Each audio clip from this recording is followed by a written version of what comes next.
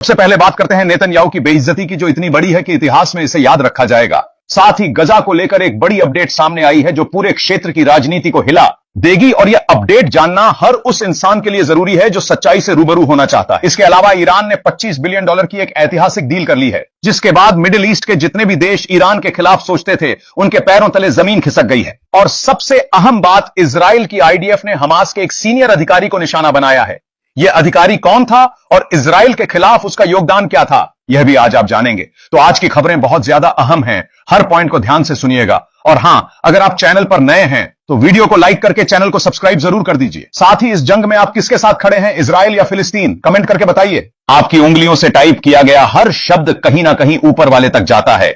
तो चलिए बिना देरी के शुरू करते हैं आज की बेहद अहम और चुभती हुई खबरें। सबसे पहली बड़ी खबर न्यूयॉर्क से है, जहां यूनाइटेड नेशन जनरल असेंबली में इजरायली प्रधानमंत्री बेंजामिन नेतन्याहू की मौजूदगी विवाद और अपमान का सबब बन गई। न्यूयॉर्क पहुंचने से पहले ही नेतन्याहू का सफर चर्चा में रहा। डर और आशंका इतनी थी कि वे सीधे रास्ते से यूरोप के ऊपर से गुजरने की हिम्मत नहीं जुटा पाए। टेढ़े मेढ़े रास्तों से होते हुए किसी तरह न्यूयॉर्क पहुंचे, लेकिन असली हादसा जनरल असेंबली के मंच पर हुआ। जैसे ही नेतन्याहू ने बोलना शुरू किया, हॉल में बैठे सैकड़ों डिप्लोमेट्स एक एक कर उठकर बाहर चले गए।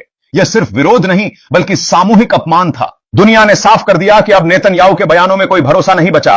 हालांकि आधा हॉल खाली हो चुका था, फिर भी नेतन्याहू वही पुराना राग अलापते रहे। गजा में कुछ गलत नहीं हो रहा, हम मदद पहुंचा रहे हैं, लोग खुश हैं, लेकिन जमीनी हकीकत सबके सामने है। मलबों में दबे बच्चे, टूटे अस्पताल और भूख से जूझते लोग। ऐसे में उनके बयान दुनिया के लिए मजाक बन चुके हैं। और फिर आया वह बयान जिसने स्थिति और भी शर्मनाक कर दी। आलोचनाओं का जवाब देते हुए नेतन्याहू ने नाजी जर्मनी का उदाहरण दिया और कहा, क्या नाजियों ने यहूदियों को टारगेट नहीं किया था? इतिहास को इस तरह तोड़ मरोड़ कर अपने बचाव में इस्तेमाल करना न केवल बेशर्मी था बल्कि बेवकूफी भी। नतीजा यह हुआ कि पूरी दुनिया हंसने लगी। इतना ही नहीं, नेतन्याहू ने वेस्टर्न वर्ल्ड को भी चेतावनी दे डाली कि फिलिस्तीन को मान्यता देना उनके लिए अस्वीकार्य होगा। यानी साफ संदेश, इजराइल तय करेगा कि दुनिया में कौन सा मुल्क बनेगा और कौन सा नहीं। मगर यही उनकी सबसे बड़ी घबराहट है, क्योंकि अगर फिलिस्तीन को एक देश का दर्जा मिल गया तो नेतन्याहू की राजनीति, उनके बहाने और सबसे बढ़कर उनका कब्जा पूरी दुनिया के सामने नंगा हो जाएगा। जनरल असेंबली के इस वॉकआउट ने यही दिखा दिया कि नेतन्याहू की ताकत का गुरूर अब काम नहीं आ रहा। दुनिया अब उनके भाषण नहीं, उनके अपराध गिन रही है। और जब दुनिया सुनने की बजाय हंसने लगे तो समझ लीजिए यह किसी भी नेता के लिए सबसे बड़ा अपमान है। खैर, अब रुक करते हैं अगली खबर की तरफ, और यह खबर निकलकर सामने आई है ईरान से। आज ईरान के सर्वोच्च नेता आयतुल्लाह खामनेई ने पूरी दुनिया को संबोधित किया और अपने बयान में उन्होंने दो बातें बेहद साफ तौर पर रखी। पहली बात, हमें परमाणु हथियारों की कोई जरूरत नहीं है, हमारा कुरान इसकी इजाजत नहीं देता।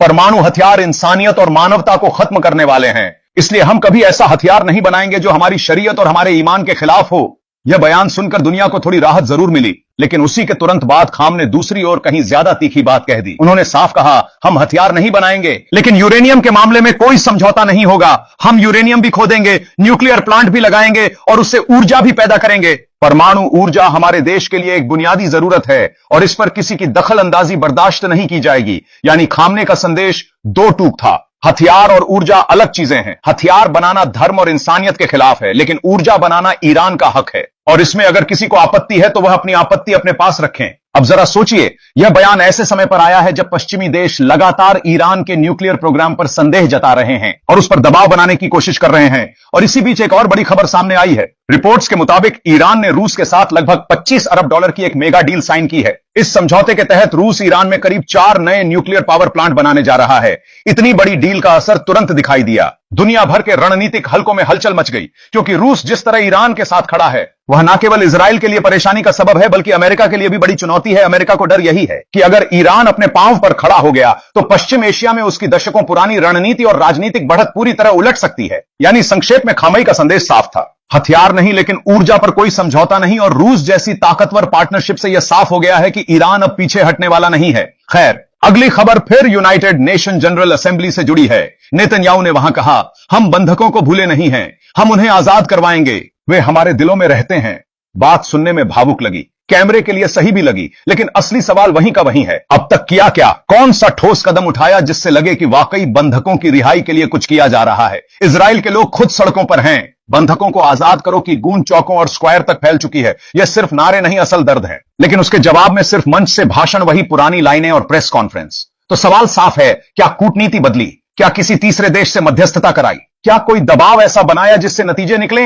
अगर जवाब नहीं है तो फिर यह सिर्फ शब्दों का खेल है, एक पब्लिसिटी स्टंट। यही वजह रही कि जनरल असेंबली में कई प्रतिनिधि उठकर चले गए। वो वॉकआउट सिर्फ विरोध नहीं था, यह वैश्विक इनकार था उस दावे का कि हम काम कर रहे हैं, क्योंकि जब जवाबदेही गायब हो तो सम्मान भी चला जाता है। और आखिरी सवाल वही रह जाता है, नेतन्याहू, क्या आप केवल भाषणों से दिल जीतना चाहते हैं या सचमुच वो हिम्मत दिखाएंगे जो बंधकों की रिहाई लाए? क्योंकि मंच पर दया दिखाना आसान है, लेकिन असली बहादुरी वही है जब दया जमीन पर नतीजे देती है। खैर, अगली बड़ी खबर गजा से है, जहां इस वक्त इजराइल के हमले और भी तेज हो चुके हैं। इसी बीच एक अहम अपडेट आई है, हमास के बड़े रेजिस्टेंस फाइटर मटरिया की मौत की। आपको याद दिला दें, 7 अक्टूबर 2023 को इजराइल पर हुआ वो बड़ा हमला जिसने पूरी दुनिया को हिला दिया था। उस हमले की प्लानिंग में जिस नाम को मास्टरमाइंड माना गया वह मटरिया ही था। इजराइल की टॉप टारगेट लिस्ट में उसका नाम सबसे ऊपर था। रिपोर्ट्स के मुताबिक मुखबरी के बाद आईडीएफ और रेजिस्टेंस फाइटर्स के बीच लंबी मुठभेड़ हुई। गोलियों की तड़तड़ाहट घंटों चलती रही और इसी दौरान मटरिया स्नाइपर की गोली का शिकार बना। इजराइल का दावा है कि मारा गया शख्स मटरिया ही है, लेकिन आधिकारिक पुष्टि अभी बाकी है। डीएनए और अन्य तरीकों से पहचान की प्रक्रिया जारी है। अब बड़ा सवाल यही है, अगर मटरिया सचमुच मारा गया तो क्या इससे गजा की जंग थम जाएगी, या फिर एक मटरिया के जाने के बाद भी हजारों और उसी रास्ते पर चलते रहेंगे? खैर, अगली बड़ी खबर वॉशिंगटन से जुड़ी है, जहां डोनाल्ड ट्रंप अचानक एक मध्यस्थ के तौर पर उभरते दिखे। हाल की मुलाकातों में उन्होंने कतर, सऊदी और कई अरब नेताओं से बातचीत की और दावा किया कि सीज फायर अब बहुत करीब है, इतना करीब कि गजा से जल्द कुछ अच्छी खबरें आ सकती हैं। लेकिन सवाल यह है कि ट्रंप अचानक इजराइल पर दबाव क्यों डाल रहे हैं? असल वजह अरब देशों की चेतावनी है। उन्होंने साफ कहा कि अगर वीएस बैंक में अनेक्सेशन या सीमाओं पर अतिक्रमण हुआ तो उनका सहयोग और निवेश खतरे में पड़ जाएगा। ट्रंप ने इस संदेश को गंभीरता से लिया। एक तरफ अरबों का पैसा, तेल और निवेश, दूसरी तरफ इजराइल का रणनीतिक महत्व, और ट्रंप ने तय किया कि फिलहाल अरबों को संतुष्ट करना अमेरिका के हित में है। यही कारण है कि वे सीज फायर की पहल और इजराइल पर दबाव की रणनीति अपना रहे हैं। हालांकि तस्वीर अभी पूरी तरह साफ नहीं है। रिपोर्टों के मुताबिक ट्रंप की टीम लगातार नेतन्याहू पर दबाव बना रही है और कुछ प्रारंभिक योजनाएं भी सामने आई हैं, मगर अंतिम फैसला इजराइल की आंतरिक राजनीति और सेना की जमीनी स्थिति पर निर्भर करेगा। नेतन्याहू अब तक सार्वजनिक तौर पर अपने सख्त रुख में बदलाव नहीं दिखा रहे हैं। अंत में यही कहा जा सकता है कि अगर सीज फायर होता है तो उसे केवल कूटनीतिक उपलब्धि ना माने, बल्कि उसे जिंदगियों की वापसी, राहत और शांति से जोड़ा जाना चाहिए। लेकिन अगर यह सिर्फ पॉलिटिकल शो साबित हुआ तो फिर वही पुराना सिलसिला, तस्वीरें, बयान और अधूरा सच दोहराया जाएगा।